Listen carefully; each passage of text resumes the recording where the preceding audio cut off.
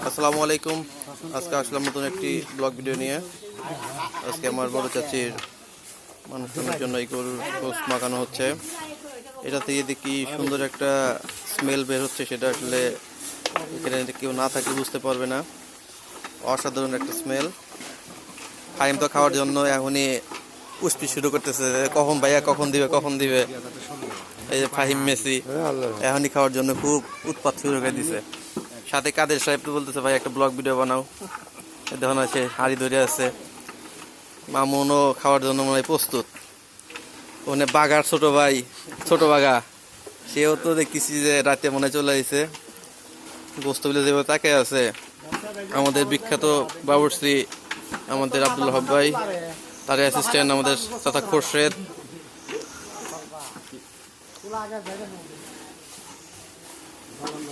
এটা থেকে সুন্দর একটা স্মেল বের হচ্ছে এখন।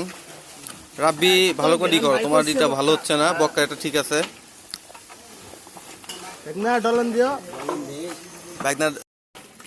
এখন দেওয়া হচ্ছে আমাদের সিরাজগঞ্জের ঐতিহ্যবাহী পিটুলি। পিটুলির মশলা দেওয়া হচ্ছে এখন, চাউলের গুঁড়া। এটা দিলে অন্যরকম একটা টেস্ট চলে আসবে। এটা আমাদের উত্তরবঙ্গের বিখ্যাত। এটা ছাড়া মজলিসের রান্না চলেই না।